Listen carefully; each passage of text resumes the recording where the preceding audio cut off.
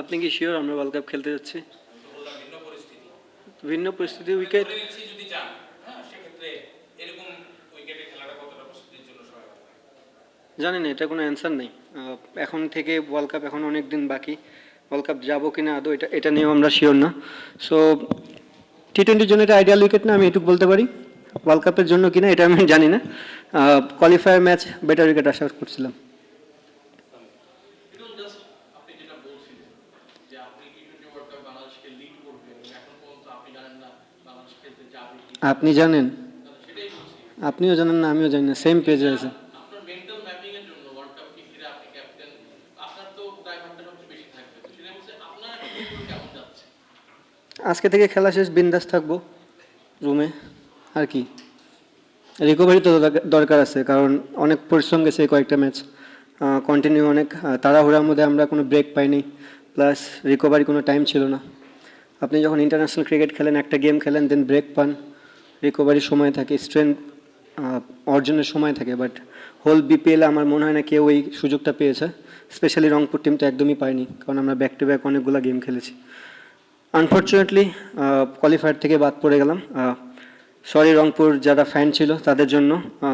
তাদেরকে আমরা যে প্রত্যাশা তাদের থাকে সবসময়, সেটা পূরণ করতে পারি নাই। এবং এগেন সরি রংপুর ওনারদের জন্য, যে তারা যে আশা নিয়ে আমাকে এই দায়িত্বটা দিয়েছিল, তাদের আশাটাও পূরণ করতে পারলাম না। But at the same time জানি না, যদি ওয়ার্ল্ড কাপ যায় এই ব্রেকটা অনেক কাজে দিবে।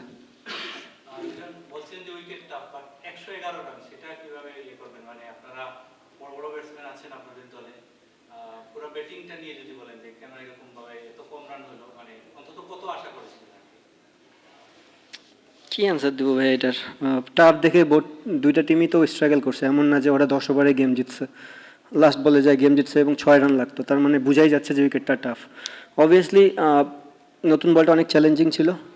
আমরা ওখানে আর্লি উইকেট হারাতে, উইকেট পড়াতে কিছু ব্যাকফুটে চলে গেছি। বাট স্টিল আমাদের মনে হয় রিয়াদ ভাই এবং খুশদিল খুব ভালো ব্যাটিং করতেছিল, বা সোহান ভাইও যদি ওখান থেকে আরেকটু বড় করে দিত, হয়তো বা রানটা 130 গেলে ডিফারেন্ট স্টোরি হলে হতে পারতো।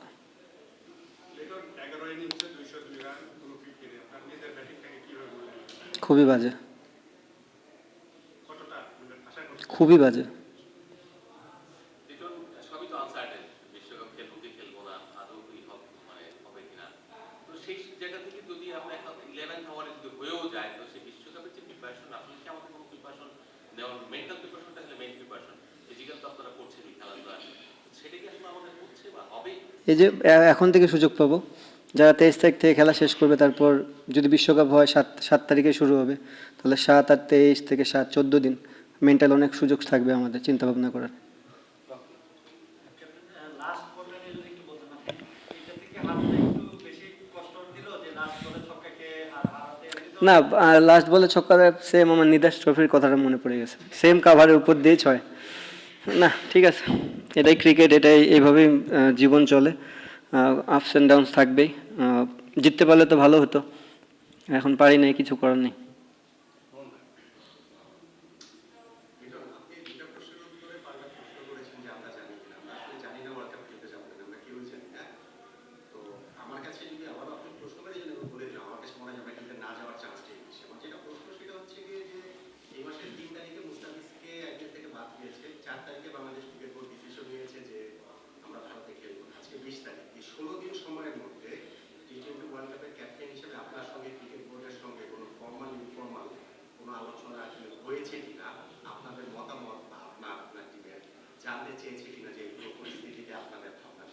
নো,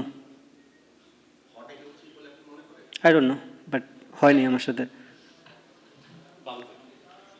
লিটন, ওয়ার্ল্ড কাপ যেহেতু এখন অনিশ্চিত আমরা ধরেই নিচ্ছি, এবং হয়তো বা হবেও না, বাট ওয়ার্ল্ড কাপকে সামনে রেখে এই বিপিএলে যে উইকেট ছিল, সেই উইকেট সম্পর্কে আপনি কি বলবেন?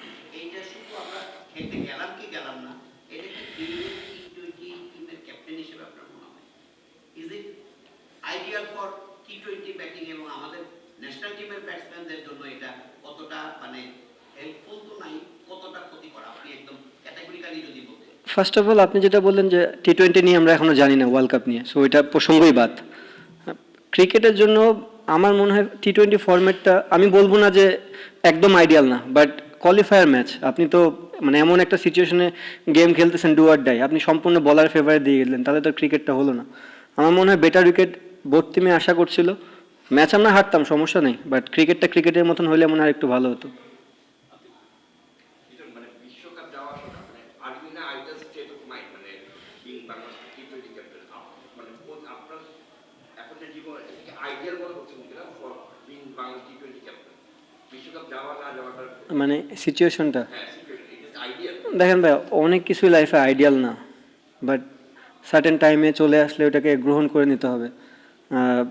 এই যে আমরা এতগুলো টি-20 ফরম্যাট খেললাম, ম্যাচ খেললাম বিপিএল, এটাও তো আইডিয়াল না, বাট খেলতে তো হচ্ছে, এখন কি করবো বলেন। লিটন, আপনার সঙ্গে আপনি বলেন বোর্ড কোনো আলোচনা করেনি বা কিছু বলেনি, আপনি নিজে কি আসলে একমত মানে এই বোর্ডের অবস্থানের সঙ্গে? No comment. ক্যাপ্টেন, এই মানে ন্যাশনাল টিমটা বারবার চলে আসছে। গত 2 বছর ধরে আপনি একটা টিম প্রিপেয়ার করেছেন, মানে গত 1 বছর ধরে আর কি, মানে আপনি ক্যাপ্টেন হওয়ার পর থেকে অলমোস্ট সেম টিম আপনি খেলেছেন, এর মধ্যে অনেকের খারাপ সময় গেছে, ভালো সময় গেছে, আপনি তাদেরকে ব্যাক করেছেন ফর দ্য ওয়ার্ল্ড কাপ। এখন যখন লাস্ট স্টেজে এসে এই ধরনের আনসার্টেনিটি, মানে এইটা আপনার এজ এ ক্যাপ্টেনও আপনার কষ্ট লাগে কিনা যে আমি এত দিন প্রিপারেশন করলাম, এখন লাস্ট মোমেন্টে গিয়ে প্রিপারেশনটা নিতে পারছি না? না, এটা কি অ্যান্সার দেবো, মানে সবাই তো বিপিএল খেলতেছে, কিন্তু জিনিসটা এমন হতো যে খেলার বাইরে থাকতো, খেলতেছে, but at the same time যদি আপনি জানতেন যে আপনার গ্রুপ কে হবে, আপনি কোন দেশে যাচ্ছেন, এটা একটা হেল্প হতো। এখন যে জিনিসটা হাতেই নেই আমার, বা আমাদের ক্রিকেট ওভারঅল যতগুলো প্লেয়ার, আপনারা তো অলরেডি টিম জানেন যে যে কোন 15 জন যাবে, তো সেই 15 জনও এখনও জানে না যে আমরা কোন দেশে যাব বা কাদের বিপক্ষে খেলবো। আমার জায়গা থেকে আমি যেমন আনসার্টেন, সবাই আনসার্টেন। আমার মনে হয় পুরো বাংলাদেশই আনসার্টেন এই মুহূর্তে।